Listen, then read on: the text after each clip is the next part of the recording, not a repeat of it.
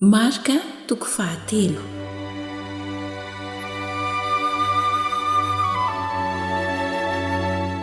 Ny nahasitrana an'i Jesosy ny lehilahy anankiray maty tanana tamin'ny sabata sy ny fahatezeran'ny fariseo tamin'izany.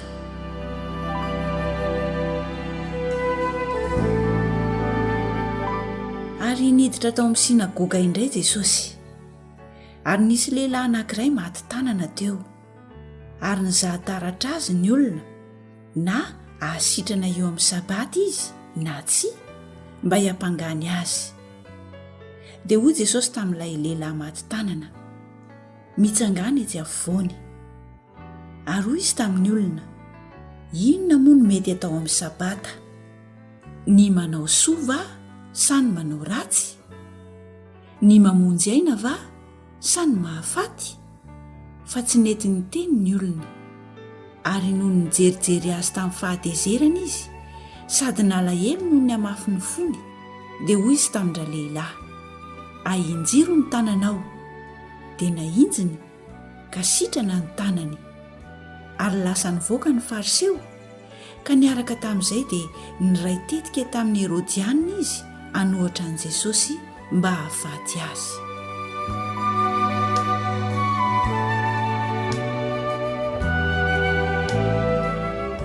Ny nahasitrana an'i Jesosy ny olona maro teo amoron'ny ranomasin'i Galili.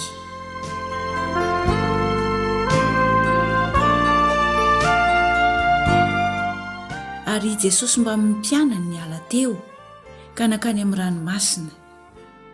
Ary nisy olona maro avy tany Galili nanaraka azy. Ary nisy olona maro koa avy tany Jodia sy Jerosalema sy Edoma sy ny tany tandrifon'ny Jordanina ary tamin'ny tany manodidina ny Tiro sy Sidona nandre izay zavatra nataony dia nankeo aminy. Ary izy nilaza tamin'ny mpianany mba hanisy sambo kely hiandry azy noho ny habetsahan'ny vahoaka, fa andreo mifanety aminy ireo. Fa efa nahasitrana olona maro izy ka dia nifanety taminy mba hanendry azy izay rehetra minanana aretina. Ary ny fanahy maloto raha nahita azy dia niankohaka teo anatrehany ka niantso hoe, ianao ny zanak'Andriamanitra. Ary nandrara azy mafy izy, tsy hanao izay hahafantarana azy.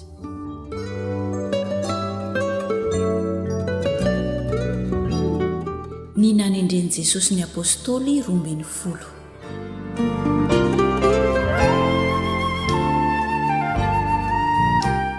Ary niakatra teo an-tendrombohitra Jesosy ka niantso izay tiany akeo aminy, dia nankeo aminy ireo.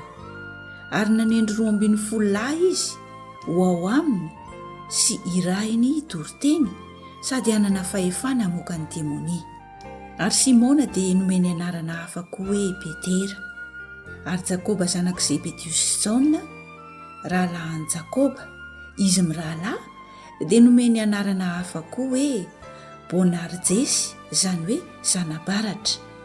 Ary Andreasy, Filipo sy Bartolomeo sy Matio sy Tomasy sy Jakoba zanak' Alfeo sy Tadeo sy Simona Kananianina ary Jodasy Iskariota ilay namadika azy.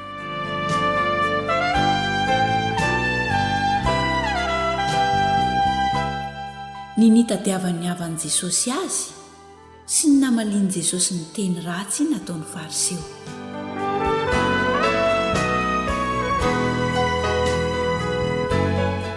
Ary niditra tao an-trano izy, dia niangona indray ny vahoaka ka dia tsy nahazo nihinan-kanina akory izy.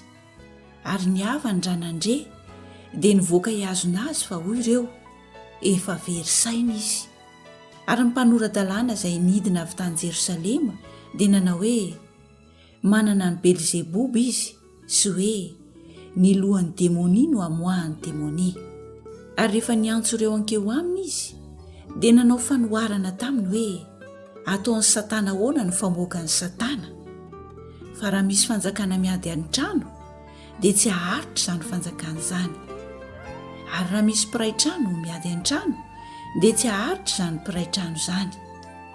Ary raha Satana no mitsangana nohitra ny tenany ka miady an-trano dia tsy haharitra izy, fa horava ny heriny, kanefa tsy misy olona afaka miditra ao an-tranony mahery ka handrobany entany raha tsy hafatony aloha ilay mahery dia voarobainy ao an-tranony.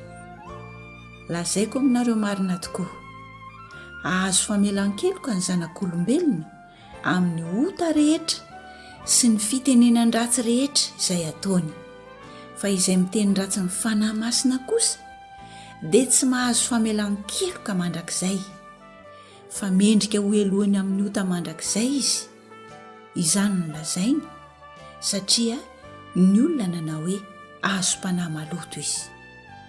Ary avy ny reniny mba mirahalahy ka nijanona teo alatrano, dia naniraka tao aminy hiantso azy, ary ny vahoaka nipetraka manodidina azy ka nanao taminy hoe, indreo ato alatrano ny reninao sy ny rahalahinao mitady anao.